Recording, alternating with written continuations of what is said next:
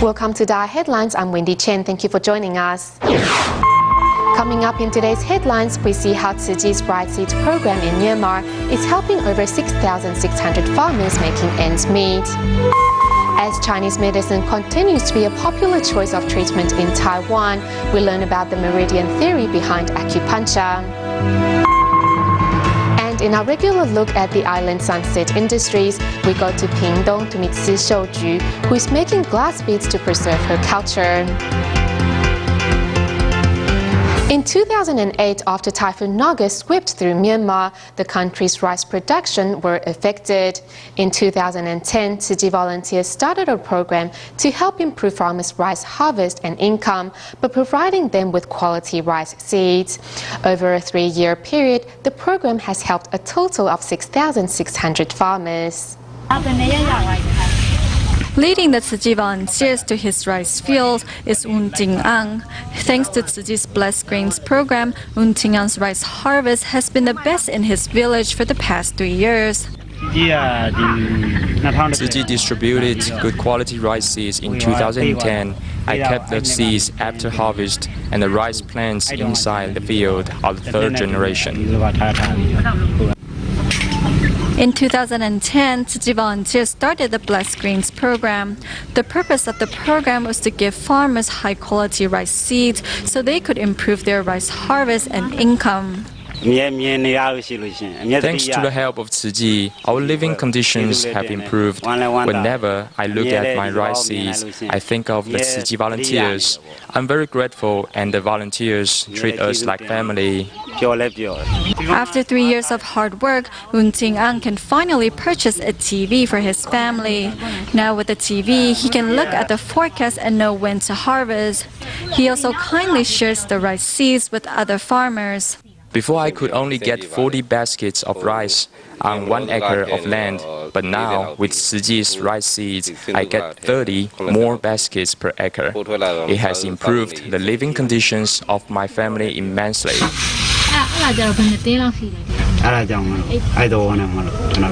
Since I have good quality rice seeds, I hope to share this with others so everyone can earn a good income. I feel sad when I see other farmers with a bad harvest.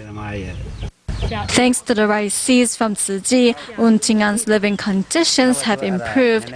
To pass on this love, Ang shares with others his rice seeds. He also makes a wish. I hope to earn enough money from selling crops so I can buy agricultural machinery in the future. When I save enough money, I want to build a new house for my family. For over 10 years, volunteers from China's Guangdong province have been traveling to Heping County to help deliver scholarship aid to students in need. Prior to handing out the tuition support, volunteers also carry out home visitations to better understand the living conditions of these children. On a recent home visit, a local school principal and teachers also joined in.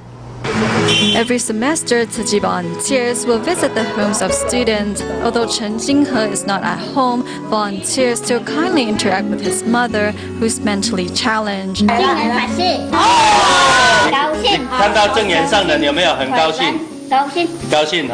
Other than providing scholarship aid to the students, Tzu Chi volunteers also look after their living conditions.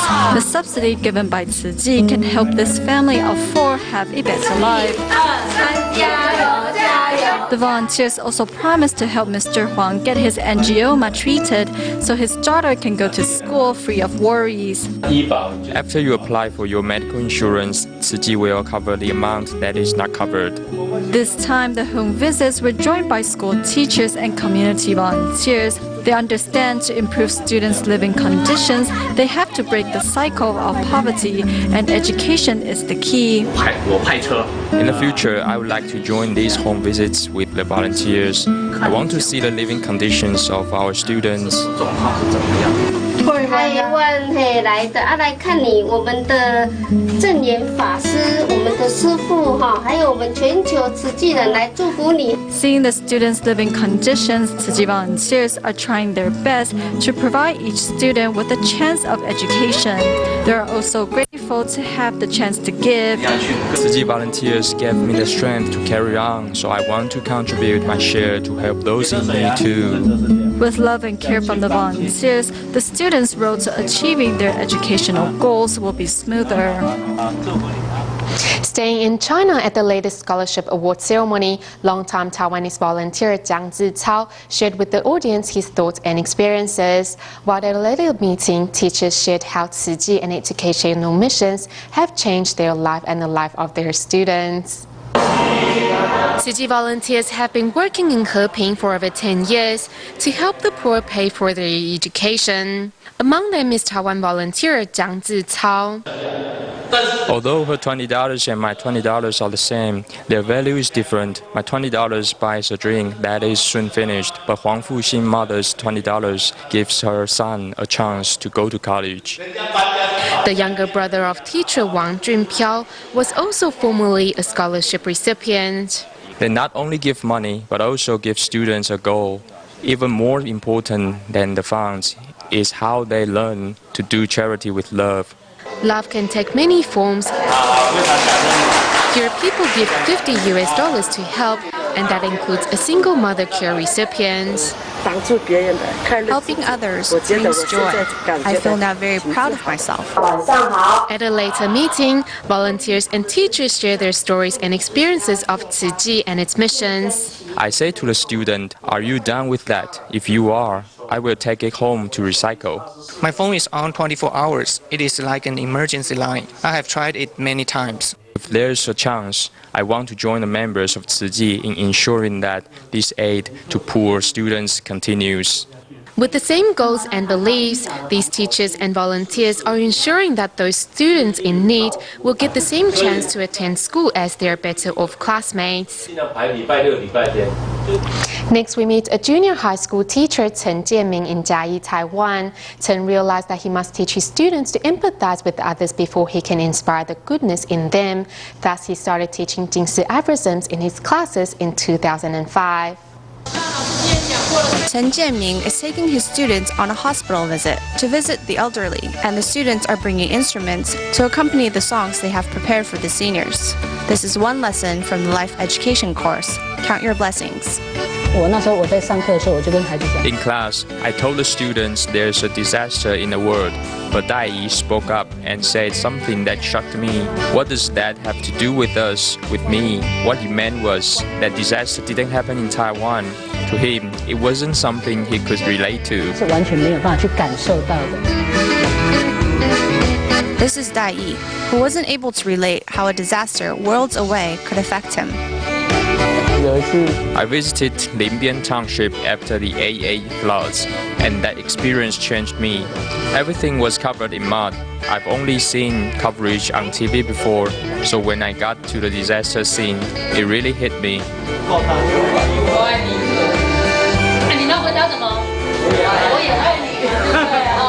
By incorporating Jing's aphorisms in his humanities course, Jianming has seen a change in students' behavior and thoughts for the better. After attending the Global Annual Teachers Conference, he is filled with more Dharma wisdom. The Teachers Conference always has so much to teach. There are so many outstanding teachers there, sharing their story with us. I'm always reminded that I'm not doing enough, and I could be doing more. At the Tzu Chi Teachers Association, Lü Meiyun is not only a colleague, but also a mentor to Chen Jianming. When Chen is tired, he looks to Meiyun as a recharging station. I think she is like an Energizer battery bunny. She just keeps going and going. Perhaps my heart does not have as much Dharma as Lü Meiyun, and that's why I get tired, and she doesn't. Master Zheng Yan's Buddhist teachings isn't just a passing thought, but a hub that educators center around as it continues to purify hearts.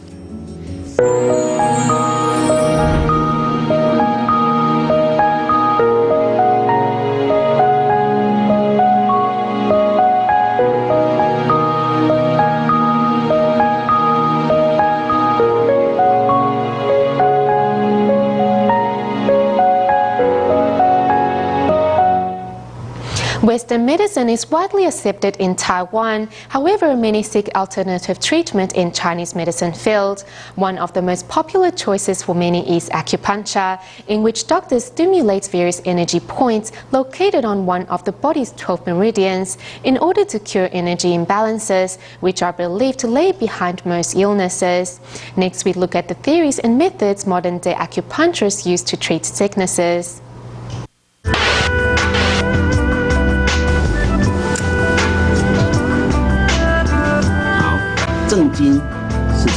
These two acupoints, when stimulated with acupuncture, help release tension in the neck. Waking up with a crick in her neck, this patient is in serious pain. If this area is better, it is only 10 to 20%, so we can still add other points. According to her symptoms, Dr. Zheng needles acupuncture points in her hands, feet, shoulders, and neck. When she first came in, it was really stiff. Now it is already 70% better. The effectiveness of acupuncture has been recognized by both Eastern and Western medical authorities. And in 1996, acupuncture's use for certain conditions was endorsed by the WHO. Acupuncture points lie on the meridians of the human body. When you needle these points, you not only locally stimulate the point, but also the entire meridian, as well as the organ to which the line is associated with, thus creating a corresponding physical reaction. Chinese medicine, also called traditional medicine, brings together centuries of Eastern medical wisdom and experience, with meridian theory being at its base. In the past, doctors would try to find a connection between points on the body's surface and the internal organs. From clinical experience, they soon developed the 12 meridians. For example, the stomach meridian runs along the front of the leg here, and then enters the body here, where it then connects with the digestive system. The network of meridians covers the whole body. Therefore, unlike Western medical treatment areas in Chinese medicine are often not localized. His right hand and foot are paralyzed, so in this situation in which the right side is problematic, we will work on the left side. If it is the left side that is not right, we will work on the right side. It is like the saying, use the hand to treat the feet and the feet to treat the head. In Chinese medicine, the meridian network is the pathway of energy in the body. Where there is energy blockage, areas can become empty, full, hot or cold. This language of diagnosing sickness is obviously much different than that used in Western medicine. The diagnosis names are different from those used in Western medicine. We won't use terms like inflamed stomach or gastrointestinal ulcer. We will instead say that the energy in the stomach is weak or above normal temperature, or that the spleen is in disharmony.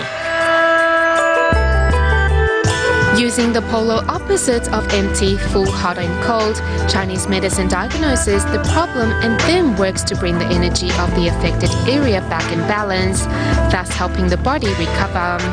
With centuries of successful treatments, although Western medicine has become commonplace in Taiwan, there will always be a need and place for Chinese traditional medicine. Over the past 2 years, team of medical staff and volunteers in Taichung City carried out monthly free clinics for the homeless people. Volunteers also made house calls for those living in mountain areas and were unable to travel to the clinic site. Dr. Su is diagnosing 80-year-old Grandma Huang. After the health check, Grandma Huang was attended by volunteers. Team of volunteers traveled to remote areas for house calls. Now they arrive at 94-year-old Grandma Wang's house. Aging causes her discomfort, but Grandma Wang is still in good spirits and has a good memory. Is there any discomfort? I can barely see. I can't see the time clearly. Talking with the elder, the doctor not only treats her disease, but also heals her soul. We must take care of them in every aspect of their life so that we can fully understand what causes their discomfort.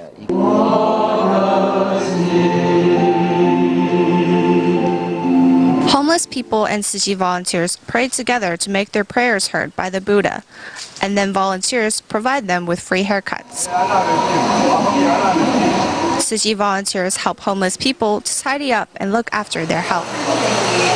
Dentists and pharmacists are busy at work. Over the past 2 years, Tima has provided monthly free clinic for the homeless in Taichung City. Thanks to Tzu Chi's help, I haven't dealt with any cases where homeless people pass out from chronic diseases like high blood pressure or high blood sugar and cholesterol. Tzu Chi volunteers also care for the homeless people's health and spirits. In the beginning, the homeless simply ignored Tzu Chi's brothers and sisters, but now they show some response. It means that they can feel Tzu Chi's caring spirit. With Tzu Chi volunteers' patience and good intentions, the homeless here are gradually opening up their hearts to embrace outside help. Recently, students and teachers from Tzu Chi College of Technology visited London in the United Kingdom for an international exchange based on vegetarianism and humanistic arts. Through activities, the students promoted the benefits of vegetarianism and the importance of recycling to the local students. Seeing the beauty of Tzu Chi's Jingsi tea ceremony, the students at St. Joseph's Primary School wait for their turns to serve tea to their teachers. The children, attracted by the beauty of Chinese characters, surround the volunteers as they waited for their turn to learn the meaning behind their Jingsi aphorism cards. 9 students from Tzu Chi College of Technology arrived in London to hold a 13-day international exchange of vegetarianism and art. The students also visited 2 local schools, Ming Ai Institute and Westminster Academy. Tzu Chi volunteers also showcase arts and craft made by recycled materials, helping the students realize that old cardboard, newspaper, and plastic bottles can be turned into beautiful decorations or even a picture frame. The volunteers also took the chance to educate students on Tzu Chi's code of etiquette. The students later visit Grandpa Yang, who is a Tzu Chi care recipient.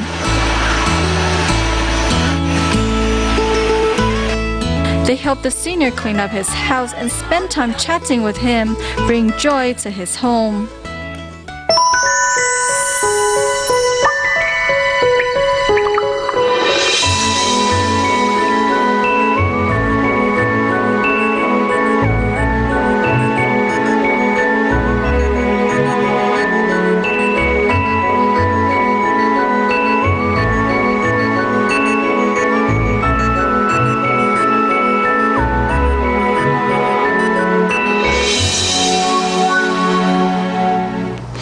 Ancient lazurite beads, clay pots, and brown swords are considered the 3 treasures of the Paiwan tribe.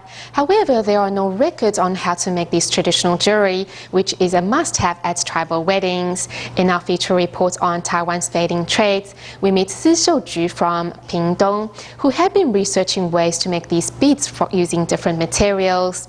Today, the talented woman not only is producing glass beads to preserve the tribe's culture, but is also uniting the people in her tribe. 这是永续之珠，它会保护你的荣誉和勇敢。 These glass beads that appeared in a popular Taiwanese film are a must-have at Paiwan tribe festivals.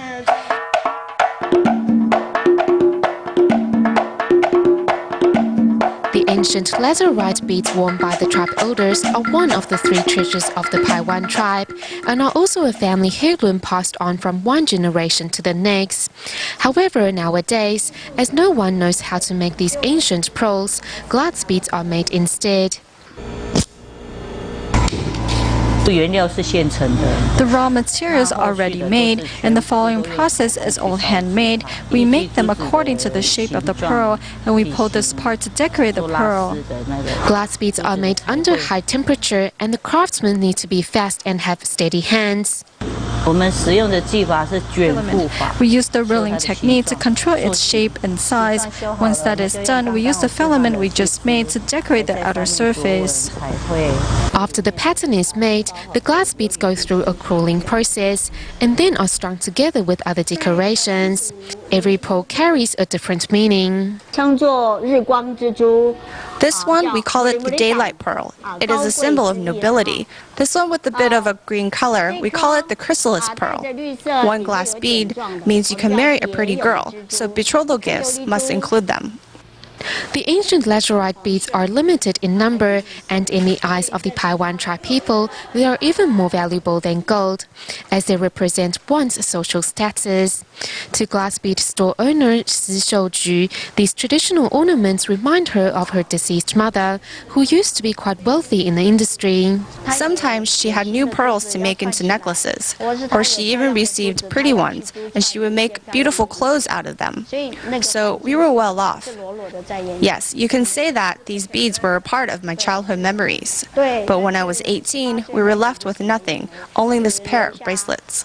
When Si was 18, her mother was diagnosed with cancer, and the family sold everything to treat her illness, leaving only a pair of bracelets behind. We could sell anything, but I had to keep this. My mother only had me. I was her only child, so she told me to keep this. This is a symbol of her love. To me, I believe that love is just like these glass beads. When they are put together, one by one, it is like a unity of love.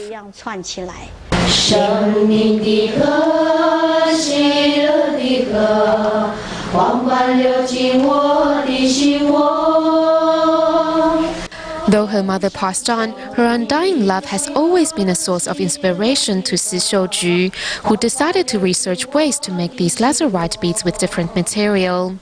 After Si successfully made beads using glass fiber, she set up a business of her own. Originally an elementary school teacher, she had always been concerned with children in her tribe who were raised by their grandparents. The teachers would get angry, but in fact, the children are innocent. In the family structure, their parents had to work. Their grandparents would know nothing on how to educate these kids, so I really wondered what I could do. 7 years ago, Si Shouju decided to quit her job and focus on her business. Through providing job opportunities for her people, the woman also takes on the mission to preserve and pass on the tribe's culture. When we first saw these glass beads, which was before we started working here, we didn't know the meaning behind these pearls. We had no idea what these patterns meant. Coming to work here, we got to know the meaning behind each and every pearl. 26-year-old Feng En Mei, like many young people in her tribe, had no idea of the meaning behind these glass beads until she began working in the industry.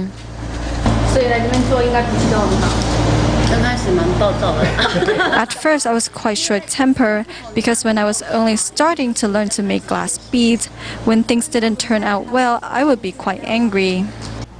The making of glass beads not only strengthened the bonds between members of the Paiwan tribe, it also preserves the tradition for future generations. For this year's summer break, Tzu Chi's Education Mission Department organized a month-long trip for its students to travel to California of the United States from July 6th to August 5th.